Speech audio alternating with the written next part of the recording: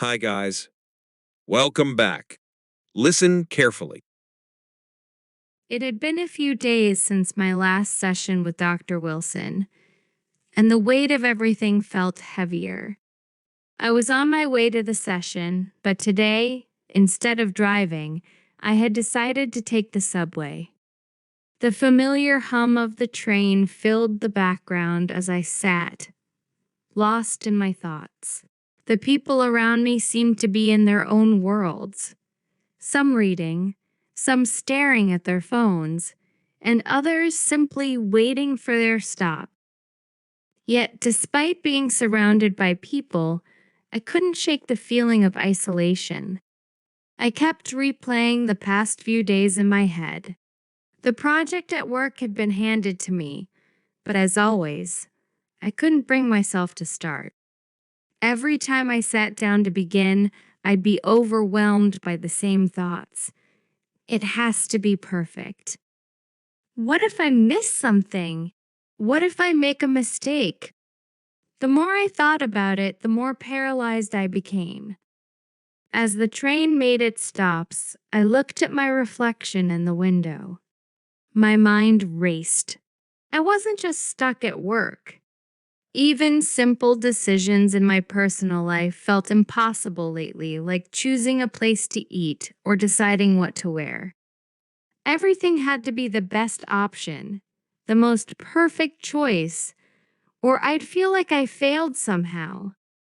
My thoughts were interrupted as the train pulled into my stop. I got off, walked up the steps, and into the fresh air. The weight of my perfectionism pressed down on me as I approached Dr. Wilson's office. Today, I knew I had to talk to her about this. When I walked into Dr. Wilson's office, she greeted me with her usual warm smile, but this time, it felt harder to return it. Dr. Wilson noticed my hesitation. "How's today going?" She asked, her voice calm and gentle. I sighed deeply.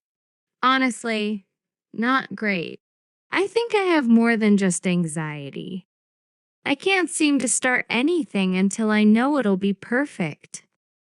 She leaned forward slightly, concern in her eyes. Tell me more about that. What's stopping you from starting? Well, I began slowly. It's like every time I try to start a new project, especially at work, I get stuck. I keep thinking that it has to be flawless, and if it's not, then I failed. So, I end up delaying everything. And it's not just at work. Even in my personal life, I can't make a decision unless I'm sure it's the best one. That's classic perfectionism. When you hold yourself to such high standards, even small mistakes feel like major failures, and that can stop you from moving forward at all. Her words hit home. I realized that every step I took, every decision I made, was ruled by this need to be perfect. And it was exhausting. Let me ask you something. Imagine a close friend of yours made a mistake at work, maybe a small one. How would they talk to themselves about it? How would you encourage them? Thought about it for a moment. I'd probably tell them it's okay, that everyone makes mistakes. I'd remind them that it's not the end of the world and they can do better next time. Exactly. Now, what if you told yourself the same thing? Think about how you talk to yourself when you make a mistake. You're often much harsher on yourself, aren't you? I nodded, looking down. Yeah, I definitely beat myself up more than I would anyone else. That's something we can work on. One of the first steps to overcoming perfectionism is learning to lower your expectations.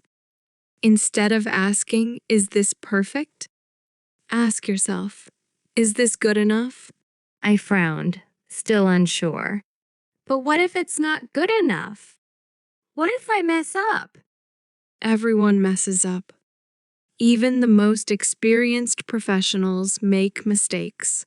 Expecting perfection from yourself all the time sets you up for failure, and it only feeds your anxiety.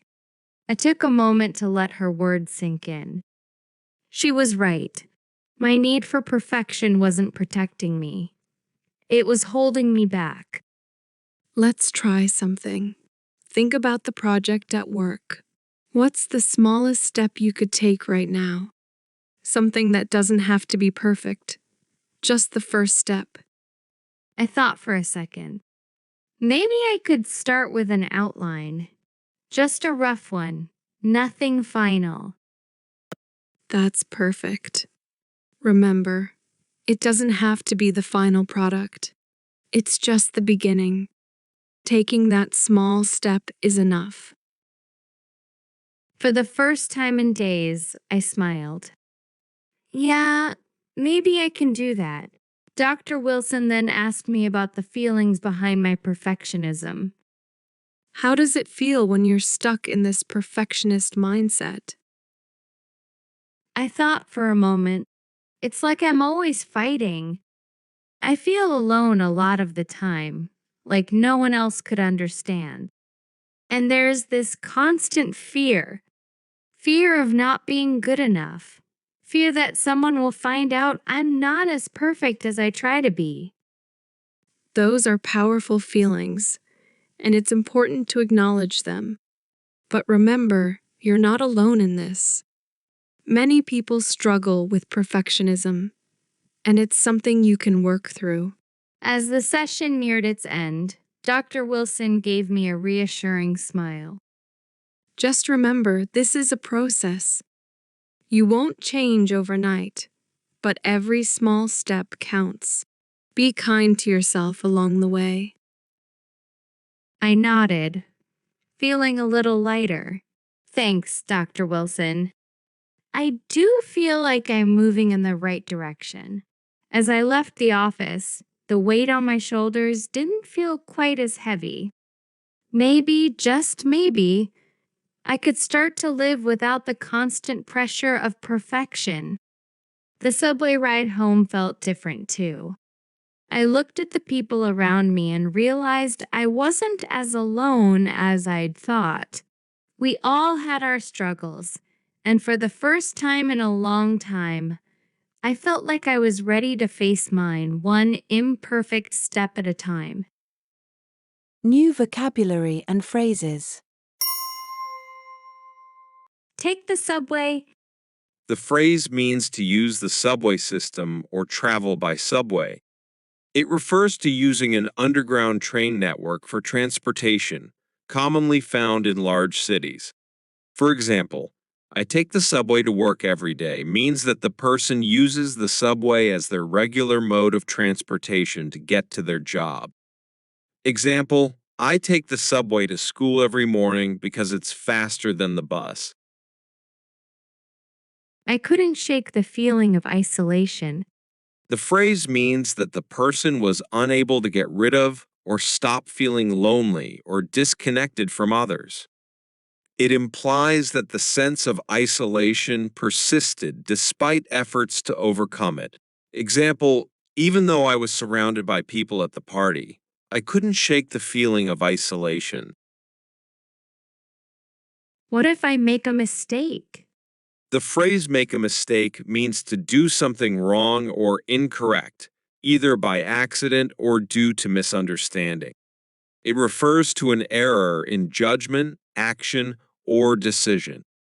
Example, I made a mistake on my math test by adding instead of subtracting. My mind raced. Means that someone's thoughts were moving quickly, often because they are feeling anxious, excited, or overwhelmed. It suggests that many thoughts are passing through the person's mind all at once, making it hard to focus or stay calm. Example, my mind raced as I tried to figure out how to solve the problem before the deadline. I got off. The phrase I got off means I disembarked or I exited from a mode of transportation. It is commonly used to describe the action of leaving a vehicle, such as a bus, train, or plane. Example, I got off the bus. I got off the plane.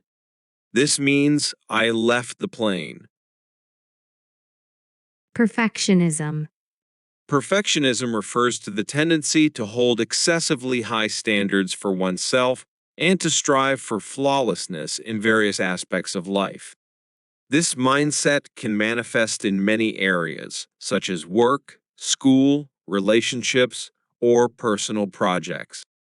While striving for excellence can be motivating, perfectionism often leads to negative consequences.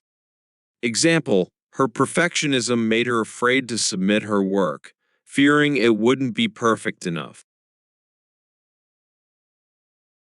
Exhausting. Is an adjective that describes something that causes extreme tiredness or fatigue. It can refer to physical, mental, or emotional states.